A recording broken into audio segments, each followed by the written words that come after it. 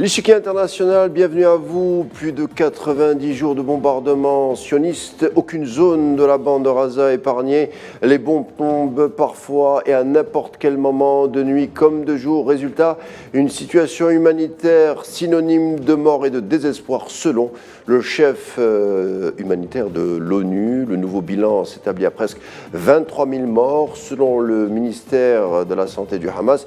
Le plan sioniste, en manque de résultats probants sur le terrain, équivaut tout bonnement à rendre la bande de Gaza invivable, manque d'eau, des hôpitaux en difficulté par un déficit de matériel de soins qui favoriserait bien entendu l'apparition d'épidémies. Néanmoins, la résistance du Hamas, à contrario des buts affichés par Benjamin Netanyahou, est encore là et le fait savoir. Hier seulement, 9 soldats sionistes ont été éliminés malgré un tapis de bombes. Gaza est loin d'être aux mains des sionistes, ce qui favorise un vent de critique à l'endroit de Netanyahou au sein de sa société. Les Américains, eux, continuent à livrer des armes. Mais jusqu'à quand? La crise humanitaire en Palestine suscite également l'indignation dans la région, mais également au sein des capitales occidentales. L'entité sioniste vaut-il le fossé de plus en plus béant entre le monde occidental et ce qu'on nomme le Sud global? Exemple de questions qu'on traitera ce soir avec notre invité du jour. Et c'est tout de suite.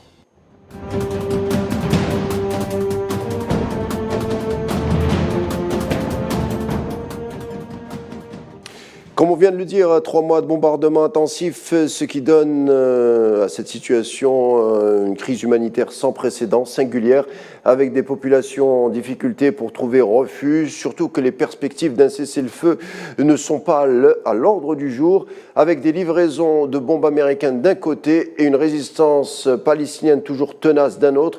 Pour en parler de tout ça et bien d'autres sujets connexes, j'ai le plaisir de recevoir Ronnie Broman, ancien président de Médecins sans frontières.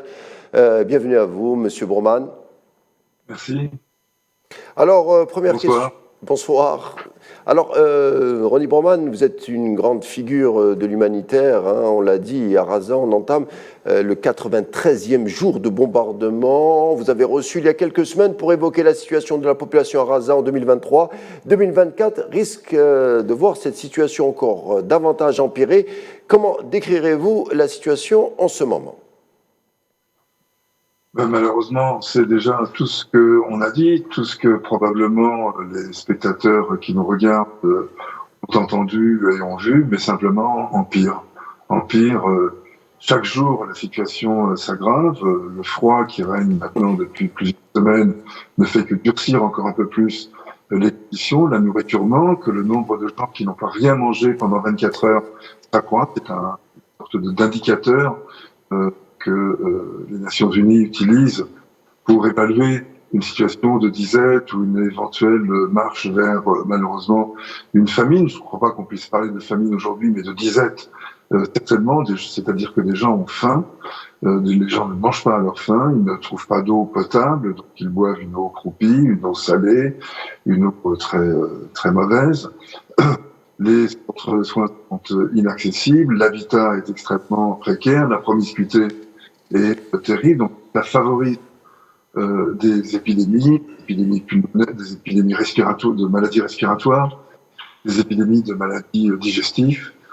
Bref, c'est une situation effroyable et il faut tout tenter pour mettre un terme à ces attaques, à ce pilonnage effroyable. En tant que président de Médecins sans frontières à l'époque, vous avez été témoin de plusieurs guerres entre les Palestiniens et l'entité sioniste, mais cette fois-ci la situation, on a l'impression qu'elle est complètement différente, singulière par l'intensité des bombardements. On évoque officiellement le bilan de 23 000 morts, sans parler des disparus sous les décombres. Quoi qu'il advienne, Ronnie Broman, par la suite, dans le futur, cette campagne risque de laisser des traces pour longtemps au sein de cette région demeurant si compliquée. Oui, bien sûr. Des traces dans la région et des traces dans le reste du monde également, mais peut-être aurons-nous l'occasion d'y revenir tout de suite. Je voudrais simplement souligner quelque chose qui m'apparaît comme, non pas un paradoxe, mais un trait caractéristique et qui n'est pas toujours mis en avant. qui est que le discours que tiennent les responsables israéliens, les responsables militaires, responsables politiques extrémistes qui sont actuellement au pouvoir, c'est un discours qu'on a déjà entendu, faire la guerre au terrorisme, mettre le Hamas hors d'état de nuire, démanteler les infrastructures terroristes. Tout cela, ce sont des buts de guerre qui sont indéfiniment répétés, qu'il s'agisse de Gaza ou parfois aussi de la Cisjordanie. En revanche, ce qui est en effet nouveau, comme vous le disiez à juste titre, c'est l'intensité de bombardement sur une population, une intensité qui s'étire dans le temps. On n'a jamais eu autant de bombes déversées sur un espace aussi limité, avec une population totalement captive, qui n'a aucun endroit où se réfugier. Les Israéliens laissent quelques éléments, quelques bouts de territoire comme refuge, la route côtière qui permet l'évacuation du nord vers le sud, quelques emplacements extrêmement limités pour permettre le regroupement.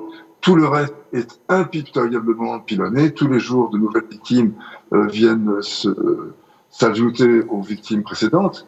Et ça, c'est effectivement sans précédent. Dans mon expérience personnelle et collective, bien sûr, aussi de Médecins sans frontières, ce qui me revient à l'esprit, c'est le siège de Mossoul en Irak en 2018, si je me souviens bien. Le siège de Mossoul qui avait été précédé d'un blocus hermétique, d'un pilonnage de la ville et d'une impossibilité pour la population civile d'échapper au combat. Eh bien, on est dans une configuration qui se rapproche de cela. Le siège de Mossoul avait duré 1 an, hein, on le rappelle. Les Américains avaient beaucoup de mal, entre guillemets, pardon de l'euphémisme, à sécuriser la zone, comme ils disent. En tout cas, revenons sur la situation de Raza. De mémoire, on l'a dit, on n'a jamais vu autant, surtout d'enfants morts, hein, des campagnes de bombardement qui visent surtout les plus jeunes. On avance le chiffre de entre 6 000 et 6 500, selon l'UNICEF, hein, des têtes de missiles chargées qui ne sont pas faits pour faire dans le détail. L'entité sioniste ne peut ignorer cet aspect. Est-ce que c'est par mépris du droit international ou plutôt on verrait peut-être que l'entité sioniste souhaite faire montre qu'elle se situerait au-delà des règles du droit? Qu'est-ce que vous en pensez? D'abord, je dirais que je ne suis pas dans la tête des dirigeants israéliens, donc je ne peux qu'interpréter, analyser et c'est ce qu'on vous demande. Interpréter au vu de l'histoire et des discours que tiennent les responsables israéliens. Pour un certain nombre d'entre eux, il n'y a pas d'innocents à Gaza. La population est massivement coupable, collectivement, doit répondre collectivement des crimes commis le 7 octobre dans le pourtour de Gaza par les miliciens du Hamas. Donc pour un certain nombre d'entre eux, c'est une punition collective qui s'adresse à une collectivité coupable. Donc c'est d'une certaine manière un acte de justice, enfin qui mêle vengeance et justice. Pour d'autres, c'est une occasion saisie de terminer, si j'ose dire, le travail de 48, c'est-à-dire la Nakba, accomplir le dessein initial de trouver une terre dépourvue d'Arabes, dépourvue d'Autochtones, pour y installer un État juif dans l'ensemble du périmètre entre le fleuve et la mer, comme on dit, entre le Jourdain et la Méditerranée. Donc cette option de finir le boulot de 48, elle est défendue par les ministres les plus extrémistes, qui d'ailleurs s'attaquent également à la Cisjordanie. N'oublions pas que la situation est extrêmement tendue et violente également chaque jour en Cisjordanie. Il n'y a pas le Hamas. Pas à l'échelle de Gaza, mais non, il n'y a pas le Hamas, il y a les Palestiniens, voilà. Qui, pour certains, doivent être en effet expulsés. Pour d'autres, enfin, c'est simplement la conviction que l'usage d'une force, l'usage de la force est la seule façon de répondre aux attentes et aux attaques qui sont suscitées par les attentes des Palestiniens, et que si la force ne suffit pas, plus de force devrait suffire. Ça, c'est un adage qui est largement partagé en Israël. La force n'a pas marché jusqu'à présent. Ça n'est pas parce que la force ne marche pas, c'est parce qu'il n'y avait pas suffisamment de force pour que ça marche.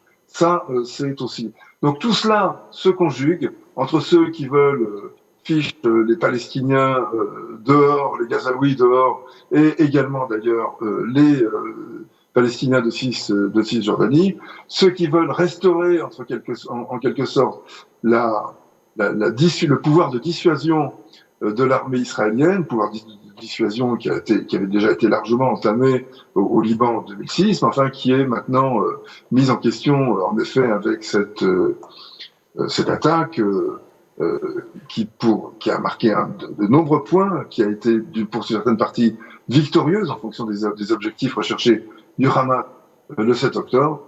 Eh bien voilà, je pense que c'est comme ça qu'on peut expliquer. Il y a différentes raisons, Oui. mais finalement, elles convergent pour défendre l'idée qu'il faut d'abord un tapis de bombe sur Gaza et ensuite on verra. On verra quoi? Je crois que personne n'en est vraiment assuré. Mais le problème, la question qui demeure, c'est le nombre élevé de civils, sans parler des hôpitaux visés, des habitations, n'en parlons même pas. Quand on évoque aussi cette lourde facture des morts civiles, les officiels occidentaux disaient au début que l'entité sioniste avait le droit de se défendre. On répétait cette formule ad nauseam, mais depuis quelque temps, on sent un changement de ton, peut-être un abandon de cette formule. Est-ce que cette stratégie de force que vous décriviez, émise par Netanyahou, coûte-t-elle trop cher, même pour une solidarité occidentale à toute épreuve? Oui, je crois que les alliances, les soutiens commencent à se fissurer, que la position israélienne dans le camp, disons, occidental, qui est traditionnellement son allié, je dis traditionnellement, mais il ne faut pas négliger aussi le fait que dans le sud global, Israël dispose également d'alliés. Certes, on a vu l'Afrique du Sud entamer une démarche auprès de la Cour pénale internationale pour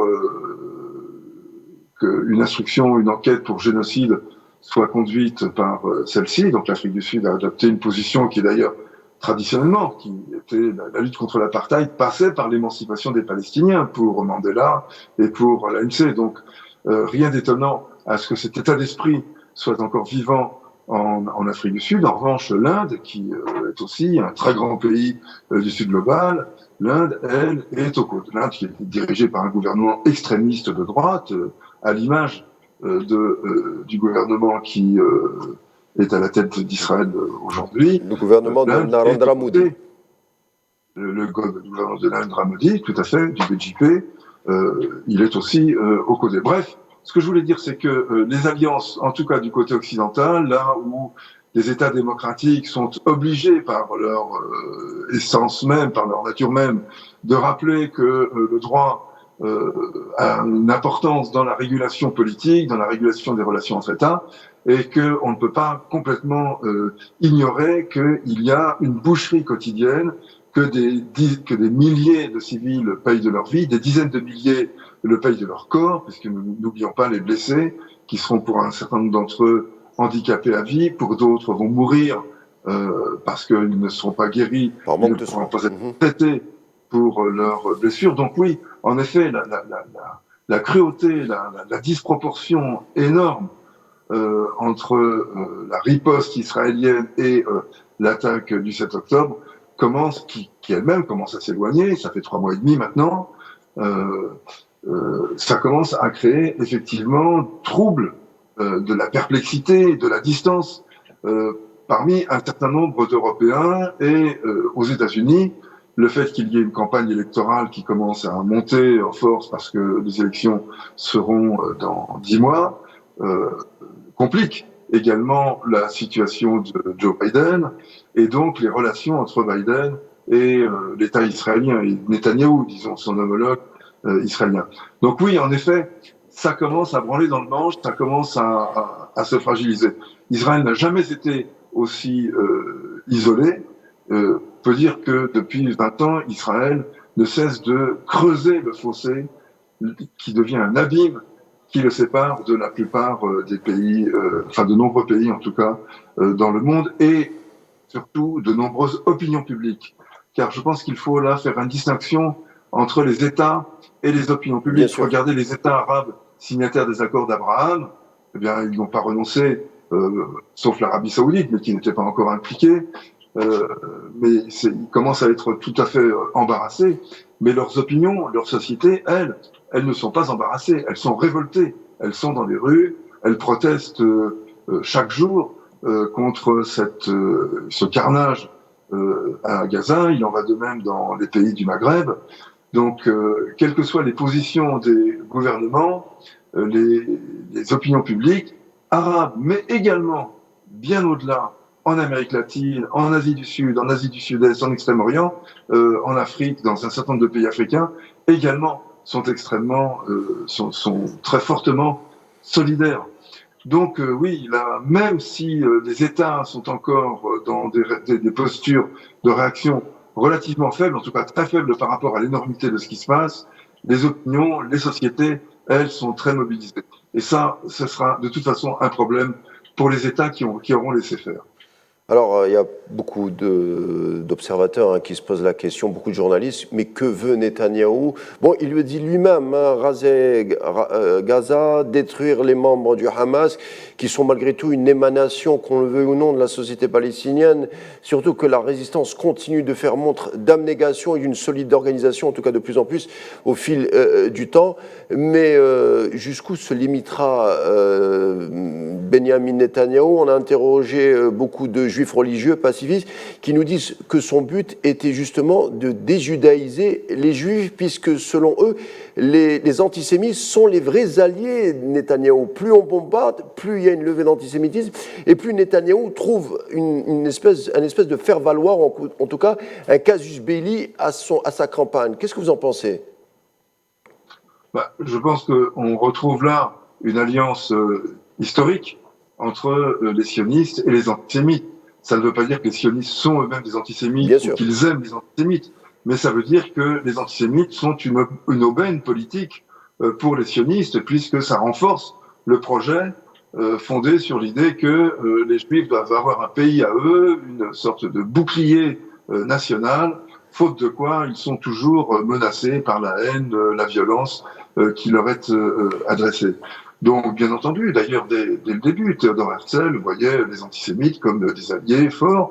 Lord Balfour ne cachait pas son anti-judaïsme, son hostilité en tant que chrétien évangélique, son hostilité au judaïsme, mais son soutien à la présence juive en Palestine.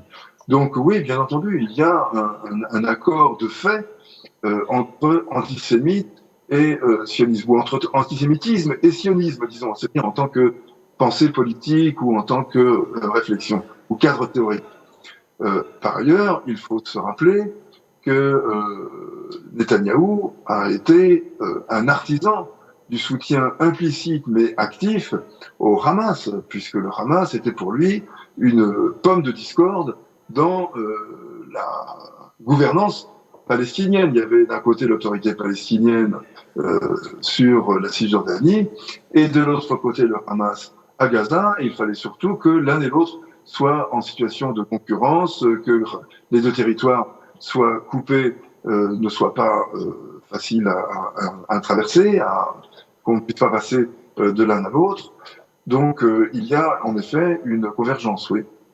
Alors, on dit beaucoup de choses sur ce Benjamin Netanyahou. On fait peut-être une erreur en le marginalisant au cœur de la société sioniste, mais on le rappelle quand même, il a une sacrée trajectoire. Premier ministre déjà en 96, puis en 2009 et en 2021, jusqu'à présent, c'est lui qui tient les manettes de l'exécutif.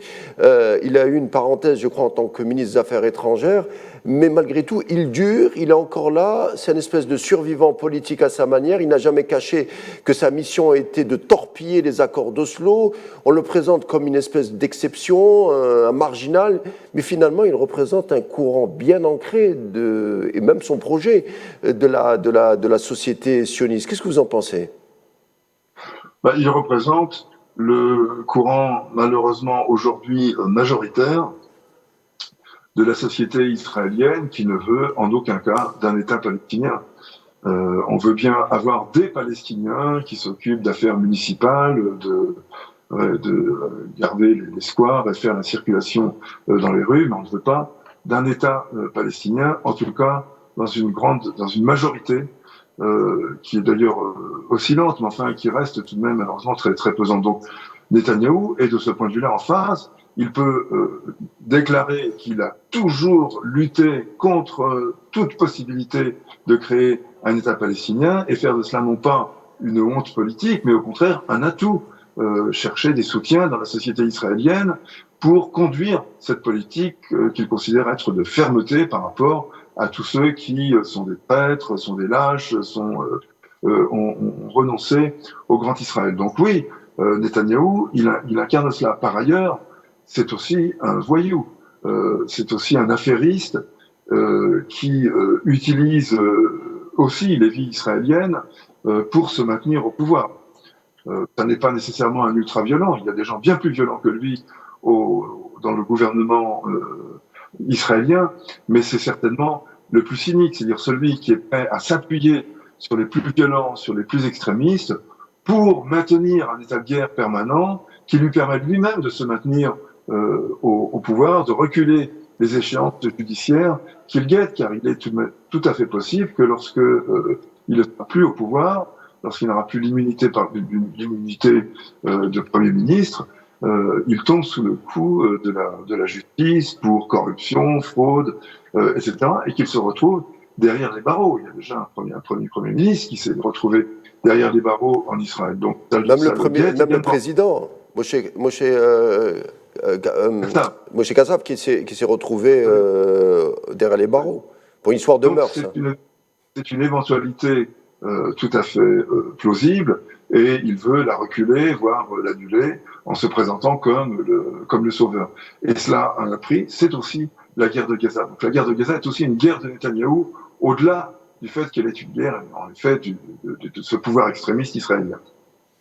Ronnie Broman, dernière question, rapidement. Et la paix dans tout ça, le cessez-le-feu, est-ce que vous y croyez, je ne sais pas, les prochains mois? Bien entendu, le pessimisme est de mise quand on voit les images atroces des civils tués, mais quand même, est-ce que la solution politique à ce conflit est-elle encore plausible? Ce à quoi on peut essayer de se raccrocher, malgré tout ce qui incite au pessimisme et à la noirceur, c'est au fait que dans l'histoire, on voit que des grands chocs, voire des chocs terribles, ont entraîné des conséquences parfois inattendues et des changements de paradigme, des changements de cadre. Eh bien, c'est ce qu'il faut espérer, non pas pour justifier, certainement pas pour justifier les atrocités de cette guerre, mais pour voir une lueur dans cette nuit, dans cette obscurité qui nous accable tous. Espérons-le en tout cas, Ronnie Broman. Merci d'avoir été avec nous, merci de nous avoir accompagnés pour l'échiquier international du jour sur Al24 News. Et à très vite, à bientôt j'espère. Quant à moi, je vous laisse avec la suite des programmes, mais avant le bulletin météo bien sûr, en vous souhaitant une agréable soirée.